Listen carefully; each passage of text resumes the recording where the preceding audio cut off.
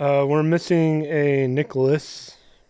You know, I'm still mad at you for the fact that you post-edit that intro music, and then when I get here tonight, you're like, do I even have to play it? That's ridiculous. I'm very sorry. Me and all of our listeners want to hear that music, and they do, but they want it to be authentic Mexican music. Mexican music? Yes. Okay. Perfect. Like Made with real corn sugar. Made with real cane sugar. Oh, what were you saying about the other guy at the table? he's gone. He's missing. Well, he has left the dragon once again to intimidate me this entire episode. Yep, it's true. Tiamat is still the centerpiece of the D&D table that we built that we've played on once. But it was fun though, right? Yeah, it was something. Well, that wasn't convincing there. It was fun. Tiamat did not arrive. I think we've talked about that. Yeah, we did. Yeah. I don't think we talked about it. Maybe we did talk episode. I don't know. It all blends together. D&D and stuff. D&D and stuff. And we finally started the other campaign that Woo! Michael is DMing. That's fun. Yeah. Anyone die? I almost died. Ah, nice. So did you do a session 0 and then play, or did you... Pretty much. You weirdos and you're playing the same day as your session 0. Session 0 is not playing. Damn it. I know. It's fine. It's fine.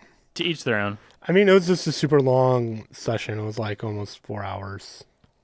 Because we did like the session 0 and kind of put everyone in place and then went over ground rules and then we went into the actual... And then immediately broke all those ground rules. Pretty much. Love it. Yep. And Renfrey was Renfrey and he almost died. Classic. First combat. So, yeah. Well, I think tonight we're going to talk about Renfrey's past-ish, kind of, in a roundabout way. In a roundabout way, yeah. So this is, technically episode 3, session 2, episode 3, which just frustrates me every time I see that. I'm like, why didn't you sync that up? But it is what it is. Just to make people mad. I just work here. That's why I numbered it that way, just to make people mad. Your most devout listener. Yep. Listener turn player for a couple episodes. It's true. Wow. It's true. Yeah. I don't know who else listens. Well, I listen multiple times. So I know. I just turn it on multiple times and just listen to it. I'm too cheap for surround sound, so I've just bought a bunch of iPod Touches before they went away, and I just make a circle and I press them all at the same time. I miss my old iPod. Well, welcome to our Apple Fancast, where we talk about old Apple technology. First thing, the Apple Seed. Oh, wait, no, that's not an Apple device. That's a fruit. I actually do not have any Apple devices at this moment. Yeah. I do. I was like, as I'm looking at my Mac in front of me. I mean, technically it's my work computer, but I do use it for personal stuff. Work, if you're listening, it's my personal computer. Yep. Because this is my job. I am a full-time podcaster. For a D&D podcast. For a D&D podcast. I've made it, Mom. Yep. This is the dream. It is the dream. Honestly, that would be the dream. Like all those guys at Critical Role and guys and gals and then Dimension 20 that can like make a living and then like they go and they like guest spot on other podcasts. Right. I'm like, that is dope. I want to do that. I mean, a lot of those players are, all over YouTube or even D&D Beyond. You'll see some of them pop up there. You mean this isn't all over YouTube and D&D Beyond? No. What about our sponsorships? I made them up. Oh, that tracks. Okay. Well. Oh, that makes sense more about you saying that the check for my royalties is in the mail. It's in the mail. Perfect. Yep. So I guess we'll actually talk about this episode. Sure. Episode 2, 3, whatever you are, 2.5 starts with kind of a dream state. Yep. You've got your buddy M. Scott, and he has visions of, at my notes here, a dick on a duck. Mm-hmm. Basically going to the tapping duck The tapping duck. which makes sense because it's dick on a duck and putting a dick on it. Yep. And then the other vision is of an old man outside the Great Drunkard. Wow, I'm forgetting all of the lore tonight. Well, it's the Tipsy Tankard, which is Sorry. the actual bar, and then inside that bar is another bar called the Great Drunkard. I just don't pay attention to the Tipsy Tankard. I don't care. I'm over it. Because I thought, it'd be funny to have like a speakeasy inside of another bar where you have to walk through the kitchen. I don't think it's ever really been talked about, like, because I guess you enter the bar. I guess maybe did you talk about it? Like, what's the vibe like in the Tipsy Tankard, since it's like the fake bar? Like, what's going on in there? It's just a normal like bar, typical. It's like a bar and grill. A little bit. Okay, like what do they serve? I would have to dig up those notes. Probably your standard D&D fare. So like grilled cheese, Ale. probably cheap like stuff. a Monte Cristo, Royale with cheese. Okay. Your meads and your like stews. And stuff Now, like what's the crowd look like there? Again, probably your standard D&D folks, like the poorer folks. So it's like when my adventuring party starts a party and you meet at a tavern, that's a tavern. Pretty much. But really, I'm not going to that tavern. I'm going to the tavern inside the tavern, Tavernception. Yeah. Okay, interesting. Through the kitchen into the other bar. Yeah. I feel like one time you were like, yeah, it's a crappy kitchen, but then you're like, they're making really nice food. I'm like, crappy kitchen that makes nice food. And so like, me, I'm a kind of a foodie. So it's like, sometimes the hole in the walls do really make great food, but it was just like, I felt like you made it sound like more like fancy versus like just being like a really good cheeseburger or like, something like that. I don't know.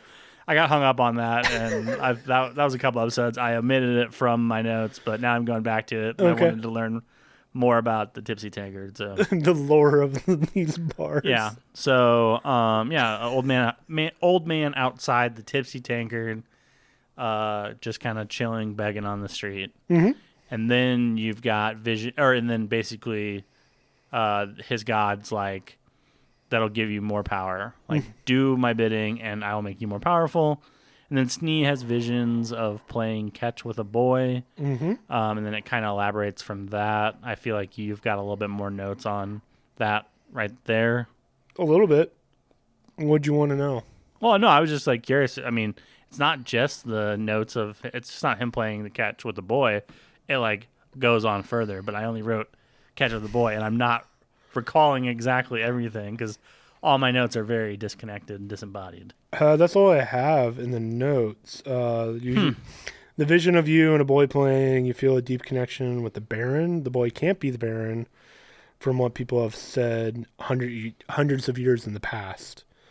Whoa. What if time travel? Maybe. So it's just asking questions like, what is the connection? How did only he wake you? Visions of the boy playing a great importance. What is your mission? What is your purpose? What is it now? That kind of thing. Interesting. So I just came up with a conspiracy theory. Okay. I don't know if I want to share it. Share it. Maybe I'm thinking like now, like the Baron is like a great like relative of the boy that's like passed down in history, and that's why the Baron was able to unleash Snee and bring him back to life because he's part of the same bloodline. Maybe. Yeah, maybe. Tune in next 72 times to find out if it's true on Dragon Ball Z. On Dragon Ball Z. I mean, the Baron is missing in action. Yeah, it's just kind of left, and it was a note that said he'll be back. I just love that immediately, like, M. Scott and Babylon are like, oh, yeah, he probably just went out for breakfast. He's going to bring us breakfast back. And it's just, like, the just ignorance and, like, the just way that Curtis and Ryan just riff off each other as those characters, which just bleeds very much into real life. Uh-huh. Just the shenanigans between those two. So I mean, there's a little bit of metagaming, a little bit. The person isn't here in session, so they have to then RP it, and that's how they RP'd it. yeah, no, I get it. It's just funny. Yeah. Like, oh yeah, I went out and got breakfast. That's what happened. That must have been it. Uh-huh. Then in my notes, I know there's a little bit of a gap. I know they like wake up, do that whole thing, and then they go and meet Mavix. Yeah, I have in my notes that they apparently were at Roger's house. Mm-hmm. And they start talking about the bar that he plays at, The Tapping Duck. the Tapping Duck, and there's some very interesting names of bands that really Roger gets very passionate about all of the places, like basically saying how renowned this bar is. And Well, that's the house. the house is where all the people playing. Uh-huh. Okay, well I must have missed that. Well, go on, tell me some of these wonderful names that you have. So this is when they get the deed to the house, because they saved Roger. So then they're kind of the winnings is this deed to the house, and I have one of them roll a history check on the house, the Heartstone Manor, to M. Scott, I do believe. I call that because he would have been around the city, well known. Yeah. So he rolls, and a lot of live music used to play at this old tavern. So you have MC Mallet, MC Mallet, yes. Rage Against the Regime, Mm-hmm. the Fey Fighters, Mm-hmm. Assumed Dragons, Null, System of a Drow, Crossbow and Roses, the All Imperial Rejects. I think the All Imperial Rejects and the System of a Drow are my two favorites. I'm a fan of MC Mallet just because, and I gotta say, Rage Against the Regime is pretty good too. Yeah, I mean they're all good, but just like I don't know, something about it pops, and it just makes you think. Because like you could even like their lead singer Serge Tanky, and you could be like Serge Tankard. Just like really go into that. So I know that broke Ryan because he loves a good call out to something that isn't necessarily like D&D core, and it's more like a call to it. Like he loves like kind of like the McElroys will do it is they'll just be like, oh, it's fantasy whatever, and they're Right. like fantasy calculator. Just like that's Ryan's vein of humor, and he absolutely loves that. Which I do think some of those bands make a return when they go to hell. Interesting. I think one of the bands, maybe a couple of the bands, have billboards that they're playing in hell. Okay. Sorry, I was just too distracted by all the sexy tieflings that were in hell. So spoilers. If you haven't listened to the episode, if you haven't listened to the entire campaign, please stop what you're doing, listen to all of them, come back here, and then you can understand the reference to the sexy tieflings in hell. Yeah, I think System of a Drow might come back now that I'm thinking about it. I don't remember. I don't know. It's really weird. I have this like thing where like I'll like I listen to D&D podcasts. Like that's one of my favorite things to do. My main source of consumption.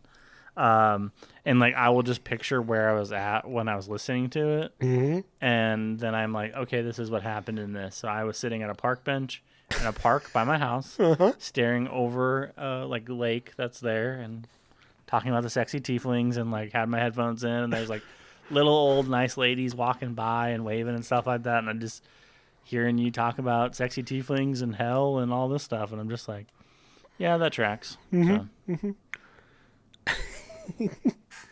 Yeah, I like pushing against the grain a little bit on certain things. You like to rage against the regime. I do. That's nice. Well, you have the 9 levels of hell and typical D&D, and it's all like fiery and brimstone. And I was like, I'm not going to do that.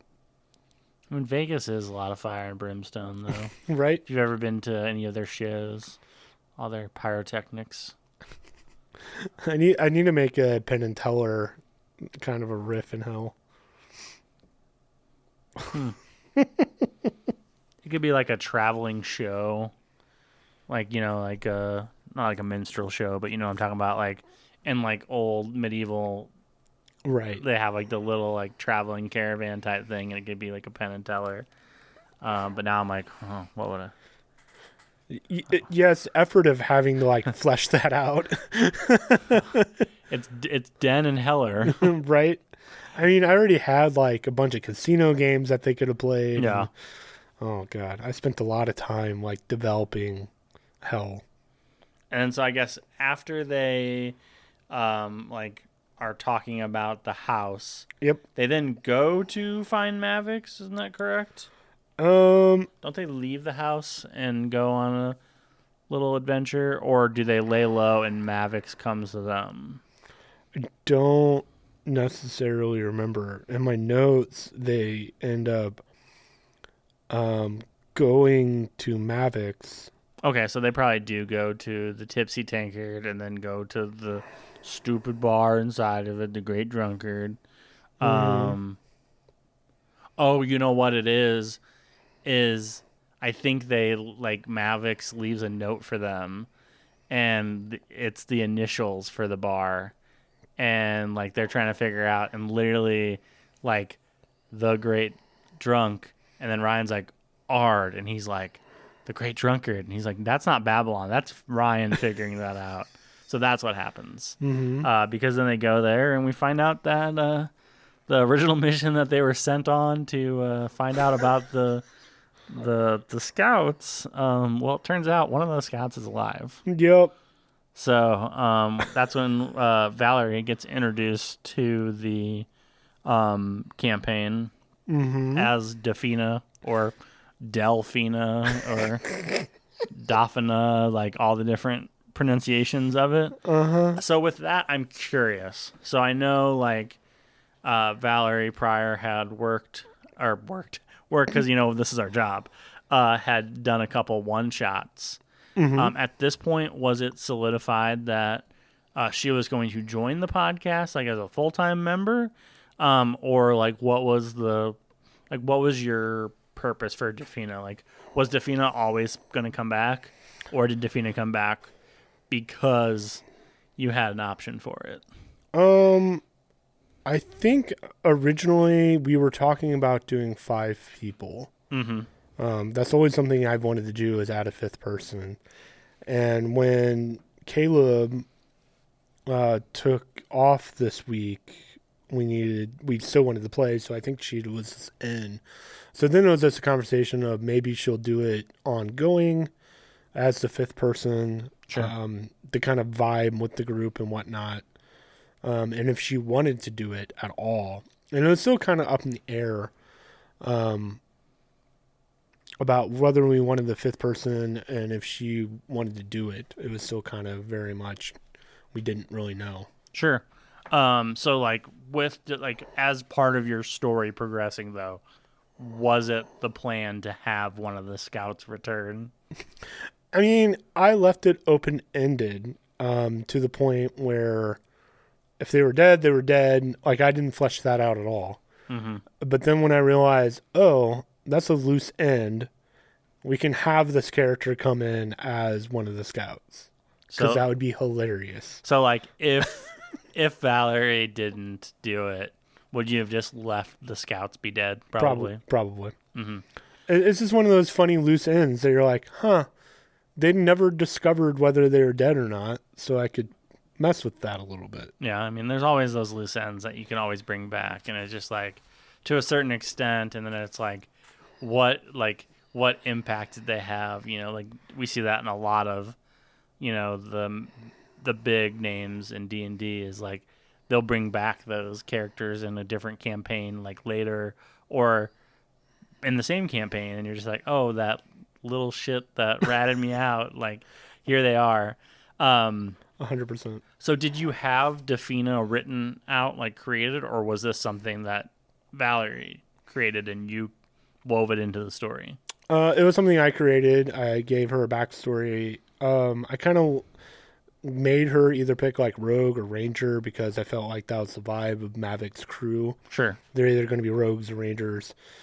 And then I think I allowed her to pick her own name, flesh out her like background and her character design. But I was like, this is your story. You know, you were as a child and kind of grew up with Mav. Mav kind of took you off the streets and kind of sees you as a little daughter type thing.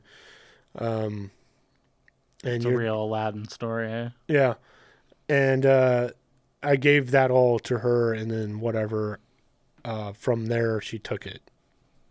It's great. I just tapped my touchpad on my computer, and I went from my notes to my grocery list. Sweet. What's on your grocery list? Oh, now I have to go back. Now, there's so much. So we have different days that we decide. So Monday is we're on our own. We had stuff going on Monday, so we couldn't. Tuesday was salmon, veggie, and rice. Ooh. Wednesday we were supposed to yesterday, which was too crazy. We were supposed to have ravioli and salad. Ooh. And then tonight we're gonna have burgers, salad, and fries. Ooh. And then tomorrow, the best day, leftovers. Heck yeah. So, yeah, I mean, I can go into the whole grocery list, but that's really boring. Because it's basically what I said above, just like breaking down all the ingredients. Okay. And it's great because like there'll be certain things that are like a no-go on the list. So I'll be like, I need vegetables. And then I'm like, but not these vegetables because they made our house stink. Oh, okay. Just for the moment. Now I got to go back to my notes. I hope they're not there. Oh, God, panicking. Panic. So Dafina joins, Mm-hmm. and basically she's assigned to be the babysitter. A little bit, yeah. So I'm not sure, like, when you were like preparing to have Valerie join and like play as Dafina, did you kind of like, all right, this is what we're gonna do, and tell her ahead of time, or did you just kind of see where it went and like?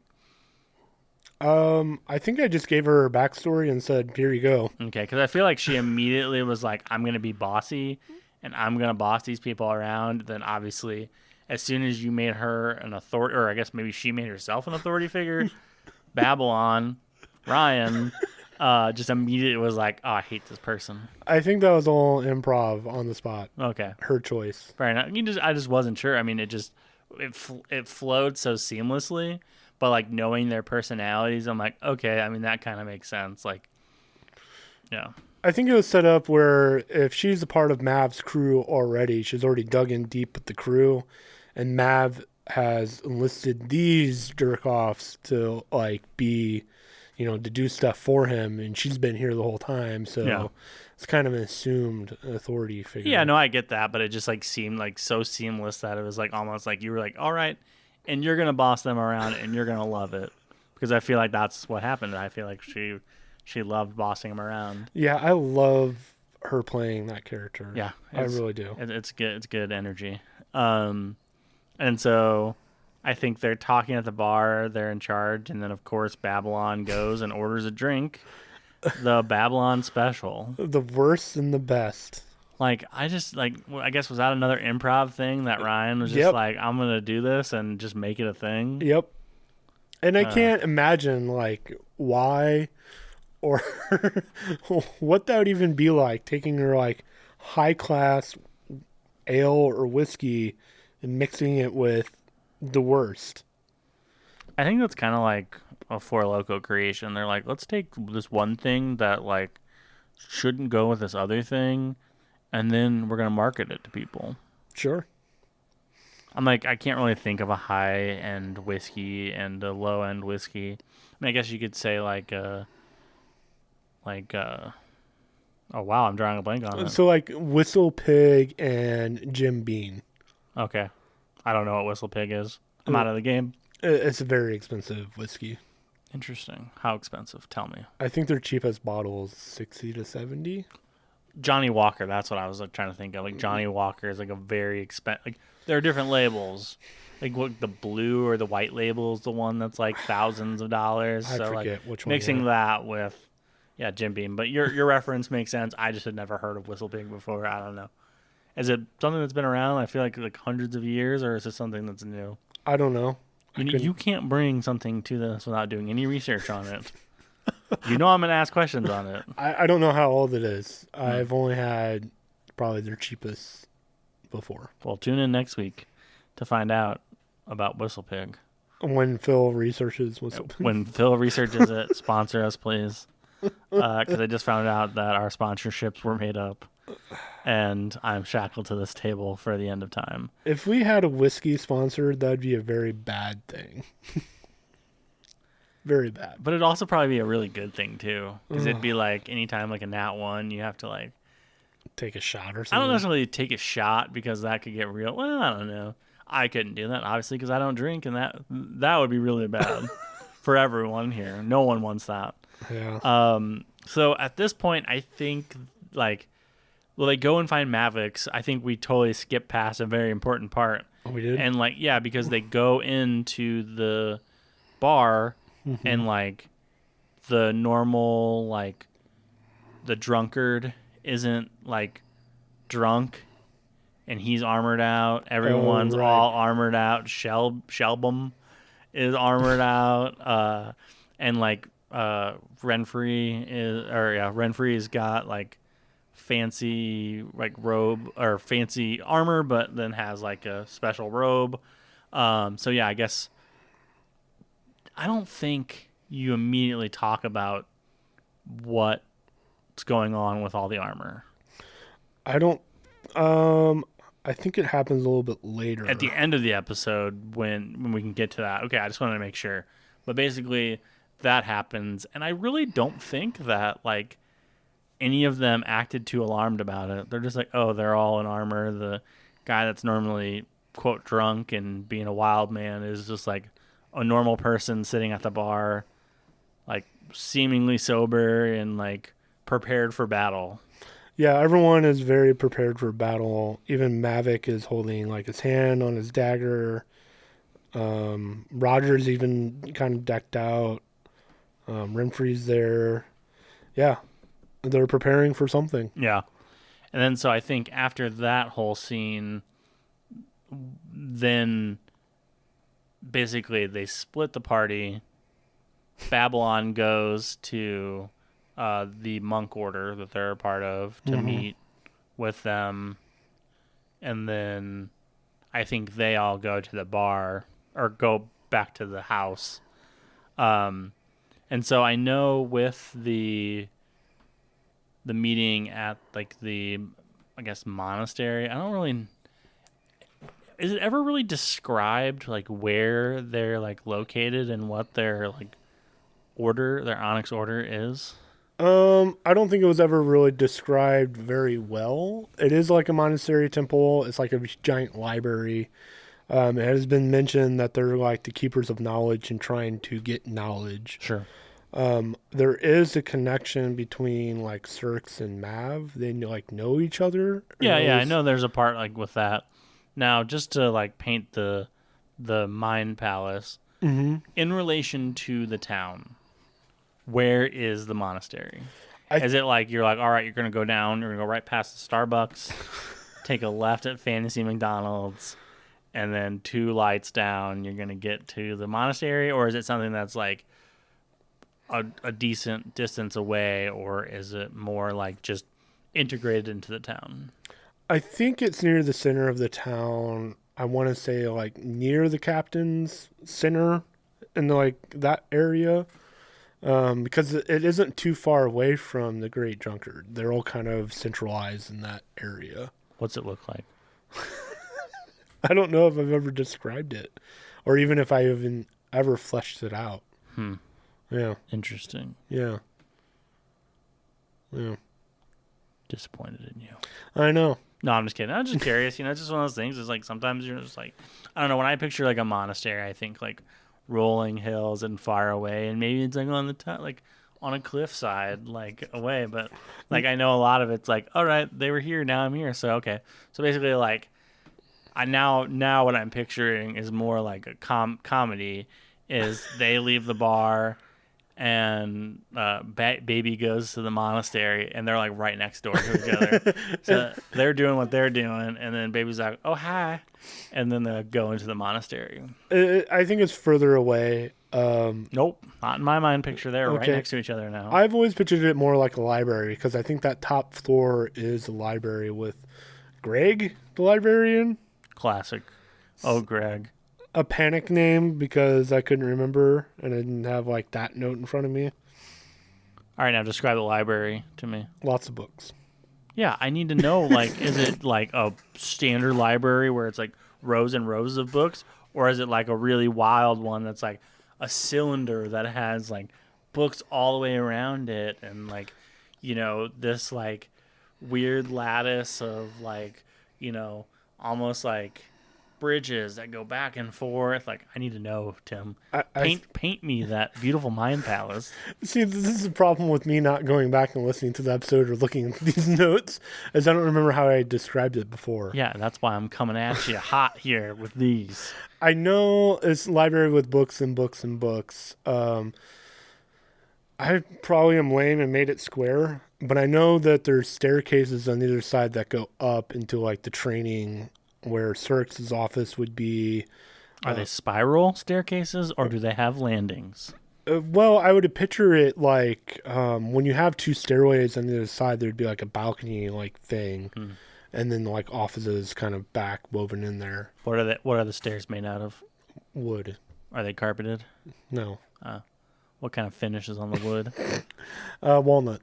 Ooh, that's classy. I mean, walnut would be the wood that it's made of, so it's like a darker stain. Darker stain, yeah. Mm-hmm. I do like a good walnut. All right, you won me back. Okay, everyone, just so you remember, you exit the bar. And it's right next to her. And it's right next door.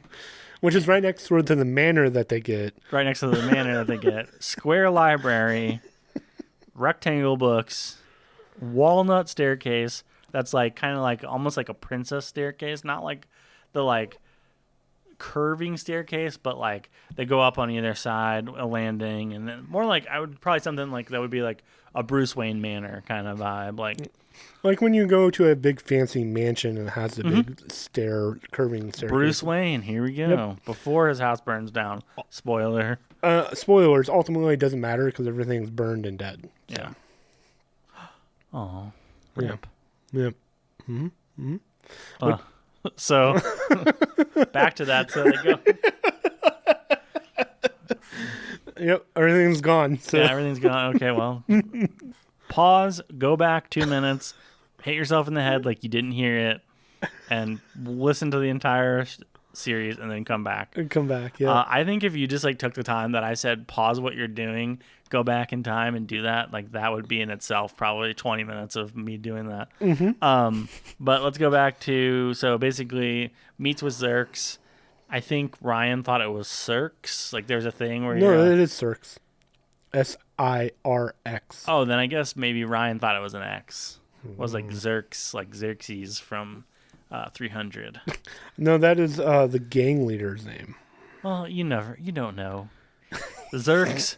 When I hear Cirques, Zerks, there's not a big difference. Nope. You could do it with an X. You could do it with a Z. You could do it with an S. You could. So I get it. Her name is Sirx. Cirques.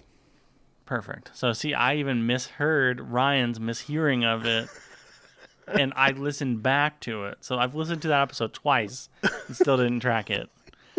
So they meet, they talk, and they're kind of like, Mav wants to meet, or I guess, like, trying to broker a meeting between the two. Mm-hmm. There's a part where Cirques says, with an S, says, we've been trying to infiltrate them for a long time. Mm-hmm. Doesn't exactly say what that they're alluding to. Like, infiltrating, just kind of talking about, like, obviously, like, Mav's operation. So I was just kind of curious, like, with their monk order, like, what was your, like, motive? Like, what was the main driving force of this order? The gather of knowledge. But, like, there are multiple ways to gather knowledge. Mm-hmm. There's ways of gathering knowledge like, here I'm going to go to the rival library and read some books, or there's infiltrating and being more like a spy network. Mm-hmm. So A little bit of both. Okay, fair enough. And I think it's referenced in some of the books that they found, and kind of the monks' knowledge is like history just kind of ends. Like 250 years, there's nothing before that, or things have been redacted or removed. Yeah. And so there's this question of, well, why? And what? Well, so then I think Babylon in this episode goes and asks for the things on that and tries to read about it, and reads about like the wizards and the Light of Pelor, and just like kind of like how like that's where history began, with them being in charge and the paladins acting like as their right hand. So I can't remember, and you might have it in your notes. Do they have that meeting and like with Mav and Cirx before Baby goes back to the house, or after? I can't remember that part. I'm scrolling down. I honestly don't have that meeting in these notes at all. Interesting. Well, I mean, basically, okay, fine. Well, then I guess we're just gonna bring it and we'll say where it is. They broker the meeting, and then Mav comes and talks to Zerx, and essentially like tells them what's going on. And Baby is like just chilling, and then they're like, well, we want to have like a serious conversation. Before Baby leaves the room, they do bring up the Night Roses, which is what we were talking about. It's like, what's going on with all these people right here? Doesn't go anything past that. Baby then leaves the room and then tries to eavesdrop on what they're talking about, and it's mostly some angry things, and then they laugh, and then a couple more hushed comments. Is any of this coming back to you? A little bit. What was the funny stuff that they said? I can't reveal that. Oh, okay. So you do have notes on it then. You literally just said, I don't have any notes on that meeting, and you do have notes on the meeting. Well, now, I think this is more of me recalling it, because I don't have any notes on the meeting. But I painted such a beautiful picture that you're like, oh, I remember. See, I only have Renfrey and Mav talking. And they're kind of whispering, and it's a perception check to hear what they've said. Well, this is a conversation that's brokered between Zerx and... So I don't have any notes on that, so I wonder if I just made it up on the spot. Interesting. And I'm one of those, and I'd have to look at episode 3. Or maybe the wizards stole that knowledge from you, Tim. Maybe you were writing this is a nonfiction. This is all based on reality. Sure. It might have been one of those things where, because I know the backstory and whatnot, and I knew I wanted to get them together, I don't have any Session 3 notes, that I had just remembered it or improv'd it completely. One of those things, like, I know what they're going to do in this moment if they were ever to talk, but I wasn't prepared for Baby to go to her immediately or that quickly, so I didn't prepare in my notes and just kind of went off of improv and made it up. Interesting.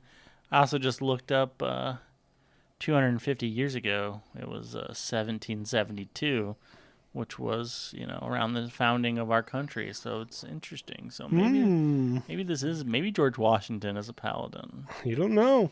I mean, I did have an extreme alt-right Nazi figure already. Well, the Nazis weren't... Well, sorry, I shouldn't say the Nazis weren't around. They weren't established. We don't know. Especially if Hitler was a time traveler. It's more of a reference, like we're real world stuff happening in... Yeah, no, I get it. No, it's definitely alluding to that. So, yeah, I mean, that kind of talk, and that's really the end of that. We just find out about the Night Roses, like, at a glance. And then it cuts back to next door. where they're trying to get into the house. Mm-hmm. The manor, which is just basically a dungeon crawl in a house. I just love, that as all true adventuring parties run into their ultimate nemesis relatively early in every single campaign. Doors. So they're over here just fighting the doors, and like, it's great because it's the whole thing of like Defina's in charge. She's competent. She can handle it. She's having trouble, and she's, obviously like a little bit more like a beefy ranger in a sense. Mm-hmm. And they're just trying to knock this door down, and like for a while, like, and just rolling terrible. Mm-hmm. And then Baby comes over, rolls like a 17 or whatever, and just opens the door. Yeah, the DC on this is a 10. Yeah, so yeah, it was definitely fives and stuff along those lines. I even think in my notes it says the door's locked. In parentheses, it says, use the key, because I had given them a key, because... With the deed, yeah. Yeah. Well, if not, DC 10. I mean, you just never know. Just always got to be ready for, an immovable rod to be placed behind it or whatever. So at that point, my notes kind of get a little like chaotic. I mean, this whole combat is chaotic. Well, I mean, first it like talks about them going in the house and like looking around, because like immediately they don't, like, no one's in the house. It's just them empty and kind of walking around. Mm-hmm. And then I have my note that they find this white powdery substance called Dragon's Bane, or as I put in here, cocaine. Yep. So I know you basically, like, I think M. Scott did a sniff test, and you're like, it makes you faster, but it makes you slower. What did Dragon's Bane do? It is a -2 on wisdom, temporary, and a +2 in dexterity. And how long does that last for? I think maybe like 10 minutes or so. You also take 1 point of exhaustion after like the first bump. So like you take the bump, you get those modifiers, and then after you come down from it, you get the point of exhaustion. And is that like in perpetuity? So then if I took another one, then I'd have 2 points of exhaustion? I do believe I have like a whole Dragon's Bane thing. Let's see it. Where you got it? I would have to find it. Where there's like different things, and if you take too much, you keep getting exhaustion, then you get hooked on it, and then you have a permanent, these stats become permanent. Should have made it like a wild magic thing. Like do cocaine, and then all of a sudden like little tiny unicorns start popping out of your nose and stuff like that. I think those modifiers become like permanent, and then to stave off exhaustion, you have to keep taking it. And then I think there is like an overdose effect where like you can die. It was a whole thing that I have somewhere in my notes. I mean, I don't think this is the worst experience. I think it's just M. Scott just has a little bump of it. Just gets a taste of it. I think the next couple episodes is where things start getting a little bit more chaotic and honestly phenomenal. So he does drugs, and then they start exploring the house. And then they basically walk into I think they split the party to explore the house. I think so. And they're on different floors, I believe. And M. Scott walks into a kitchen, and there's like just people cooking in there. Now, you say that they're cooking, and like later on, you're like, the food gets burned, or whatever is in there gets burned. Are they cooking food, or are they cooking drugs? They're cooking actual food. What were they cooking? Meats. What was the sides? You can't just cook meats. Were they making beef jerky? Do they have a dehydrator? I mean, it's D&D. It's typical like meats and stews. You don't have like a side of fries or maybe potatoes.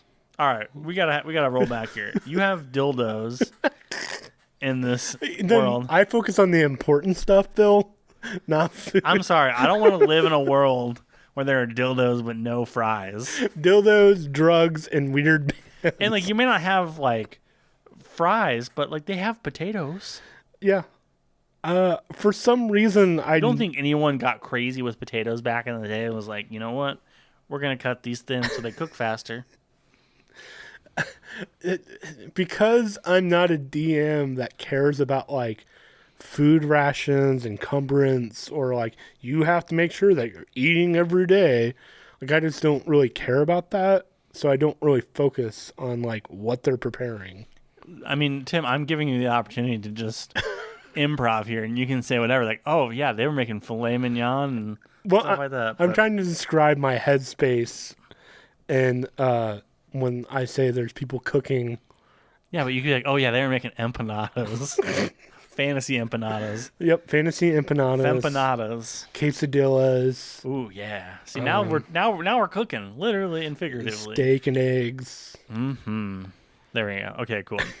All right, we can get back to and drugs, hardcore. Well, that's why I'm just like, well, you did say they were cooking and it was burnt, but you never really specified. I'm like, were they, were they turning into dragon crack? Let them cook. Let them cook. Yeah, so maybe later down the line it could happen. Mm-hmm. Well, actually, I don't think it can because I don't think that house is there anymore. You don't know. Yeah. You don't know. Well, you literally are like everything's burned and they took her jobs. So they run into some inhabitants of the house, and like basically an encounter ensues, and it gets pretty wild in there. I didn't even like take down notes on it because I know you have a bunch of notes on the combat, so I just kind of wanted you to give me like a rundown of like what happens based on what you had, because you're like, oh yeah, this entire thing was combat. I just had them. So I had my notepad. I don't have it with me right now, where I drew out the house and just kind of, this is floor 1, this is floor 2, 3, 4. Based on where they went and where they go, they would encounter guards. So it would have like X's. All right, there's 2 X's in the kitchen. If they go into the kitchen, they'll encounter these guys, and these guys are going to be pissed, like, who the hell is in our house? And I also had the basement area fleshed out and the tunnel, how they're getting drugs in, or I think you later find out there's women and kids that they've been sneaking in and out. Yeah, trafficking into the city. I just wanted to clarify that they weren't like rapists that we know of. I do think I think they are rapists. Oh God, wow, that got dark. I'm sorry. I think we did do like a before we talked about it, like a trigger warning. Okay, well, maybe the trigger warning on this. They're going, wow, it's a recap, and they need a trigger warning. I wanted to make them absolutely detestable. Sure. And connect them to the leader who was like an alt-right Nazi figure. Yeah. And I'm laughing because it's like, how extreme are we going to go? Yeah. Like the most awful person you could ever create. I mean, there are a lot of ups and downs, like over the next like few episodes. Like there's some highs, like funnies, and then there's some real like, oh my God, what's going on? Because I wanted to create this gang to just be awful. Yeah. And then he's trying to, like, later, a couple episodes, he's campaigning to, like, take over the city. And hey, spoilers. I know, but it kind of, it starts with this house. Yeah. Making him so detestable so they wouldn't be, like, try to get out of it somehow. Like, there's no talking your way out of this. You want to kill that guy. Like, that's how I wanted to paint this character. Like, you want to kill this guy. So to roll it back a little bit, was it always your plan to get them in possession of this house? Yeah. For something to happen and kind of like, I mean, obviously it's not like a railroad type thing, but like it's a plot hook to your stories. You wanted them to get this house. Yeah. Again, I had started this campaign using Waterdeep Dragon Heist. Yeah. And session 1 is literally chapter 1, almost verbatim. Chapter 2 of the book is you get a house, you can establish a bar. And that was a whole chapter. Mm-hmm. And you go and like make money and you buy things and you like set up a bar. So then you can have your players make money. Yeah. And that's when I threw the book out. I was like, that's the lamest thing I've ever seen in a Yeah, that's just the plot line to Fable. Right? And 2 and 3.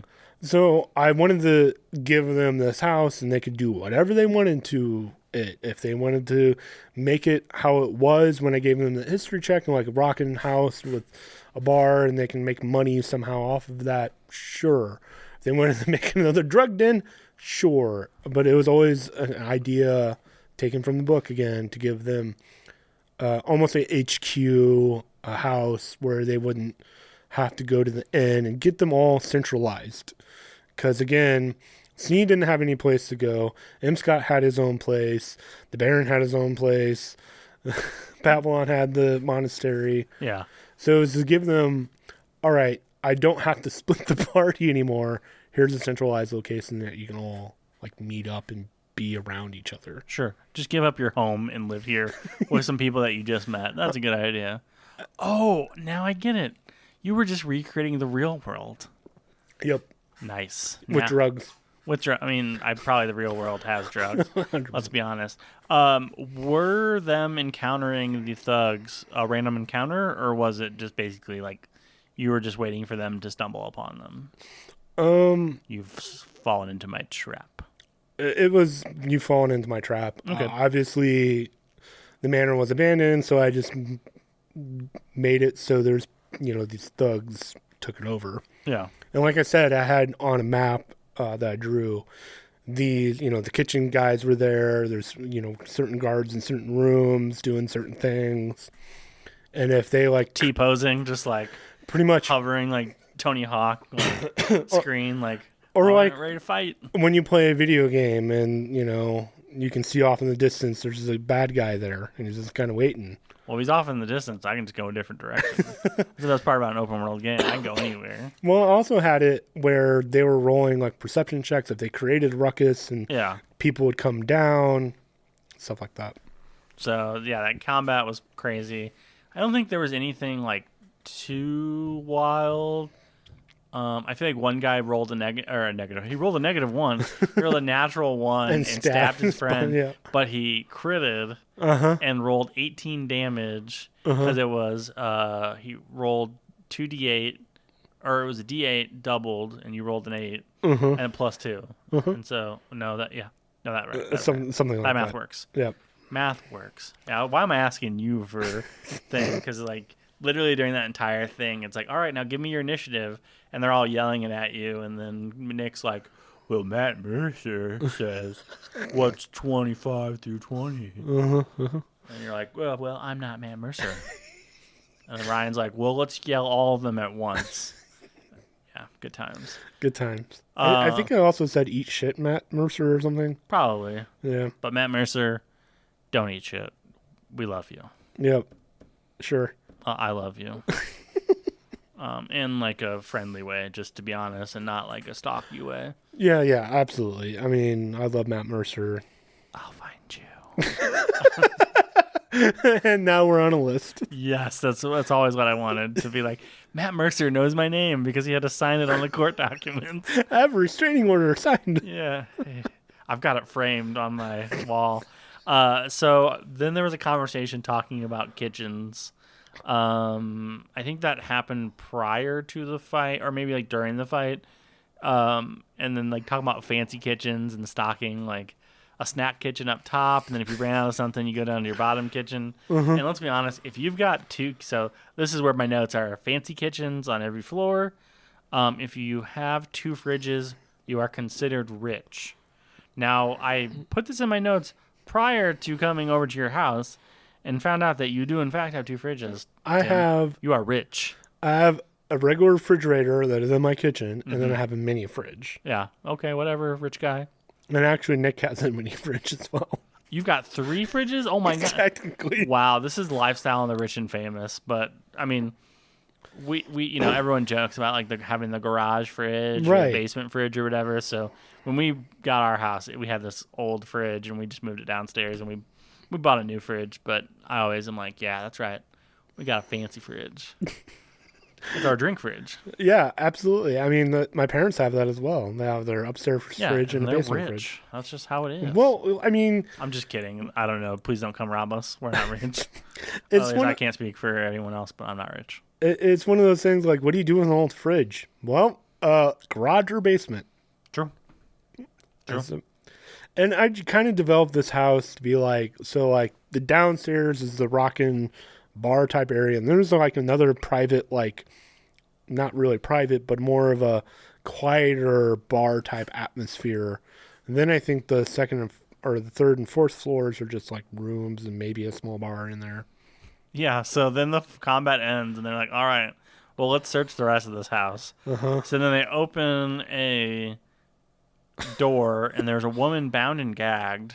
Yep. And they free her, and, like, they find out her name. Her name is Shalina. She, like, kicks Defina's ass a little bit and then runs away.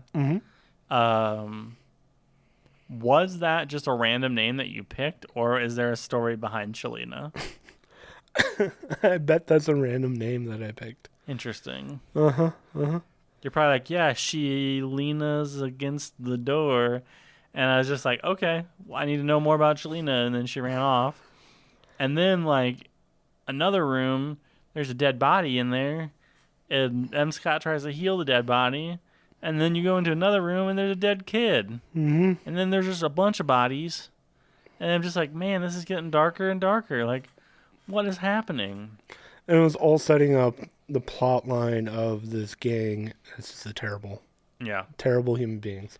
And it's kind of a weird thing about D&D of having like these funny improv moments, and then you have to give your players like a reason to do things. And then you get dark and twisted. Yeah, I mean that's an inevitable thing, because like players are going to go down. You're going to be in fights that are unwinnable because that's part of your story, and like those are the ups and downs. But like it got really dark. And honestly, these are real things. There's houses where they do this kind of thing. Yeah, absolutely. And it's so fucked up thinking about it as a DM and setting this up and having these things for your players to discover, and just having to be like, hey, roll initiative. Yeah. But again, you have to give your players a reason to do something. Yeah. It can't all be, rainbows and unicorns. It can be, because that's what D&D is. You can do. I guess recently they just released the Lego D&D thing, and it came with you can download it, a free Lego D&D campaign that awesome. Features all the characters in the minifigs that you get. I thought about, because we do a theater of the mind here, I thought about using Legos as like the battle thing, but do it. That's way too much work. Is it though? It is. It seems like so much fun. There's a place called the Minifig Store. I don't know if you've heard of it. I have. It's in Kirkwood. Took my nephew there a month ago for his birthday, and spent $12, and we got so much Lego for $12. That's awesome. So you can do it. I mean, I have a whole tub of Legos at my parents' house still. I feel like you've been holding out on us. I have. I feel like our whole relationship's been a lie. Yeah, probably. So back to bound women. Yeah, back to bound women after we talk about Lego, playing with Legos in our parents' basement. Segue to the basement. So they search the whole house, and they go down to the basement, and they find this hole. And, Defina, who's been put in charge of them, is like, no, you're not going to go in this hole. Like, stop it. And then Babylon looks at Defina, then hops in the hole. And then M. Scott looks at Defina, then hops in the hole. And then Snee kind of shrugs and hops in the hole. And it's just like very true to all three of them as actual people. 100%. And 100%. I mean, at this point, I don't think I really knew Valerie. But, her character is, the voice of reason. It would do that, definitely playing to character. Just as, reluctantly following along. And that's, literally every, mystery, horror thing is, one person's like, nope, don't do it. And everyone's like, yes, we're going to do it. And they're like, okay, I guess I'm going to go. And it ends up being nothing. I mean, I think it's something. I mean, it's a... Well, it ends up being a way for them to go outside of the city. Yeah, I mean, a good chunk away. It's a good way to get out. And then they're like, well, what are we going to do with all these dead bodies? I vaguely remember What happens? They just say they're gonna stuff the hole full of dead bodies. Uh-huh. Like, absolutely insane. Yep. And that's pretty much where my notes end, is just them stuffing the... I mean, there's a little bit more of the episode left, but I think after that I was just like, oh, wow, this got really weird. And then I do know that they do recount everything to... oh, yeah, that's what happens. So... Did they go back to Mav? And... yeah, Dafina writes a note to Mav for Babylon to take back, and Babylon like starts reading it, and then you're like, wait, thieves can't. And so then Ryan's like, yeah, you just is like, the first part says, I told you not to read this. And it's like, yeah, and then the rest of it's all weird spaghetti language. I'm just like, oh my God, it's just insane. It basically recounts everything and then talks about Shalina, or them finding Shalina, and just like, the plot thickens. I need to know more about Shalina. She was the woman. See, that's just me. I'm very untrusting. And if you give something a name, I'm like, all right, this is the big bad. They're gonna come back and kill us. Maybe. Shalina gonna kill us. Or maybe she's dead because she got eaten by a dragon. It could happen, but probably not. You don't know. Improbable. You don't know. I do know. Your character doesn't even know. Well, he's an idiot.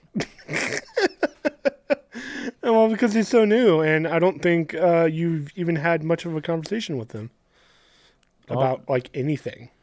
Hey, I'm an open book. They can talk to me as much as they want. Yeah. Only the whole 2 episodes or whatever we played. Did they have... No, they already had M. Scott buried. Well, no, we did the burial of Cole. Cole, yeah. Yeah, I think that was your first session, wasn't it? It was, yeah. Yeah, it was a whole bunch of... Yeah. Yep. It's all coming back to me. Yeah, and it's weird that I have a weird memory of all this, but listening to D&D content is my thing. I'm going to have to find my session 3 notes. Yeah, you better find them, or I'm gonna ask you about them.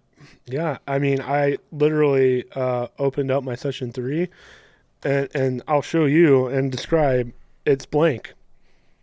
No, it's actually super full of lots of rich things. It's got tapestries, some very tasteful nudes. Sure. The Charmed ones? Oh, you thought we were done, but we're bringing it back, baby. Are we? What? No? I don't know. Okay. So, this is random, but not really. So, for some reason, I have Windows updated, and I have now Copilot on my PC. It's like the AI thing, DALL-E.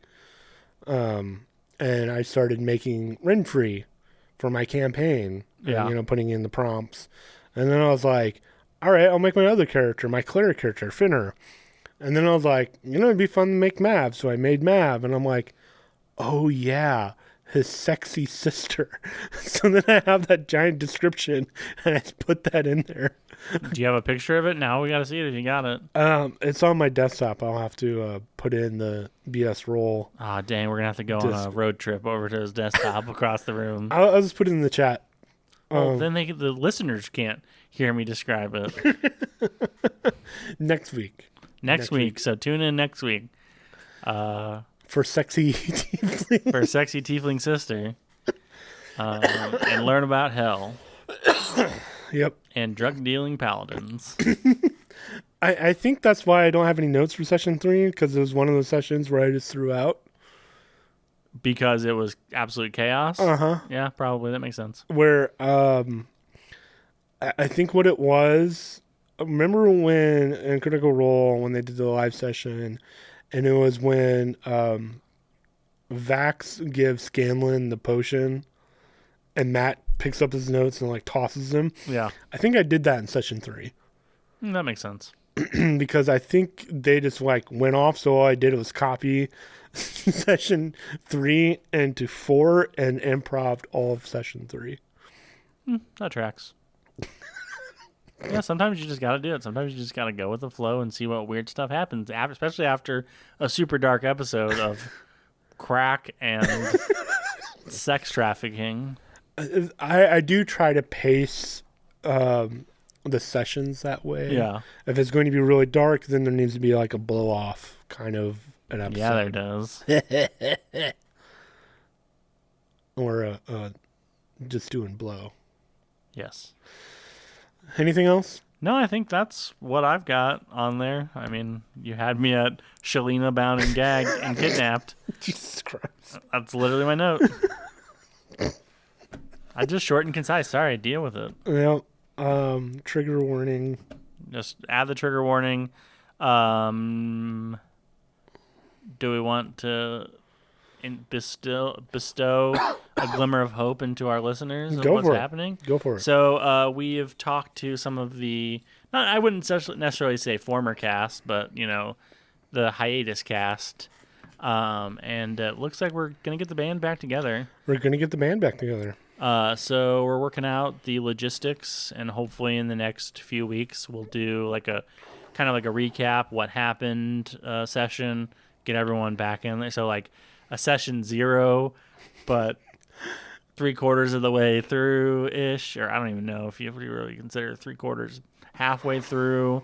At some point through, we're throwing a session in, find out what's going on, learn about